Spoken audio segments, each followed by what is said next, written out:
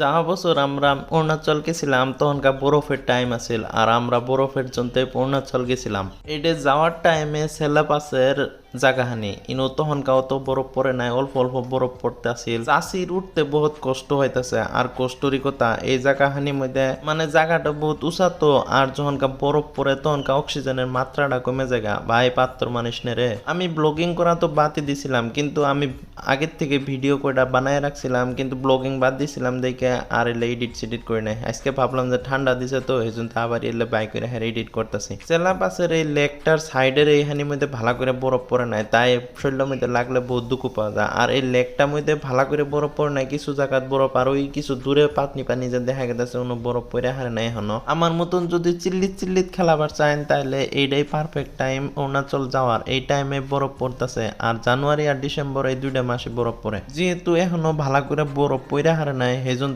আমরা সবে উন থেকে বাড়াই জায়গা, কারণ চান্স থাকে অন্য বরফ কইলে মাটির তলে যাওয়া। এই লাইনটার মধ্যে খালি আঙ্গরি নুকার মানুষ নাই, সারা ভারতের মানুষই ইনো আছে, ভারতের বেলেগ বেলেগ জায়গার থেকে ইনো মানুষ আহে। আর আমরা চেলাপাস থেকে আয়া হেরে রাইতে তাওয়াং থাহি, আর থাইকে হেরে তাওয়াং এর এই জায়গাটার মধ্যে আহি পরের দিন। এই জায়গাটার নাম আমি ভুলে গেছি গা, কিন্তু এই জায়গাটা ওইরমই যেরকম আমরা টিভির দেখি মোবাইলে দেখি ওইরমই। এলে জায়গা সবসময় নিজের মোবাইলের থেকে নিজের চোখ দিয়ে দেখলে হে বেশি ভালো লাগে। এরকম মনে হয় যে সারা অরুণাচল হইতে মেন ডিসেম্বর জানুয়ারি মাসের মধ্যে বরফ পড়ে, কিন্তু ওইরকম না। কিছুমান লেক আছে মানে পুকুরির মতন, পাহাড়ের মধ্যে কিছুমান পুকুরির মতন আছে, ওই পুকুরিটি মানে জমা হয়ে যায় আর চারি মুড়ে বরফ পড়ে। জিবে এইখানির মধ্যে বরফ নাই। আবার এই রাস্তা দিয়ে যাইতে সময় এরম অল্প অল্প পাহাড়ের মধ্যে মধ্যে এল্লা বরফ দেখা গেতেছে, কিন্তু এটা আমান্ডায় বরফ পড়ে নাই, অল্প অল্প করে বরফ পড়ে হয়েছে। ইন্ডিয়া আর চাইনার বর্ডার সর্ডার দেখে হেরে পরে আমরা পরের দিন আবার এই সেলাপাস ঘুরে আহি। এই দিন আবার ভাল লাগে। সেলাপাসে আমরা স্নোফল দেখবার পাই। এই যে এটাই সেলাপাস যেটা আমরা সেদিনকে ভিডিও বানাইতেছিলাম, ওইটাই আজকের দিন আবার ইনওয়াইছি।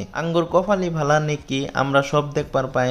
স্নোফলও আঙ্গুর কপালে জুড়ে, যেটা নাকি আমরা টিভিতে মোবাইলে বা রিলসে দেখতাম, ওটাও আমরা আজকে নিজের চোখ দিয়ে দেখবার পাই। ভালাই লাগলো। আমরা তো যাওয়া বছর গেছিলাম গুয়াহাটির থেকে একটা ইনোভা ভাড়া করে নিয়েছিলাম, 6-7 জন মিলে গেছিলাম। ভাড়া বেশি জানাই 11-12 হাজার টাকা গাড়ির ভাড়া নিছে, আরো কিছু তেল গেছে, আর নিজের খরচ নিয়ে 6500 মান আঙ্গুর খরচ গেছিল। একজনের 6500 না 600 না 7000 গেছিল, আর গৌরম গেছিল 7000-এর বেশি খরচ জানাই।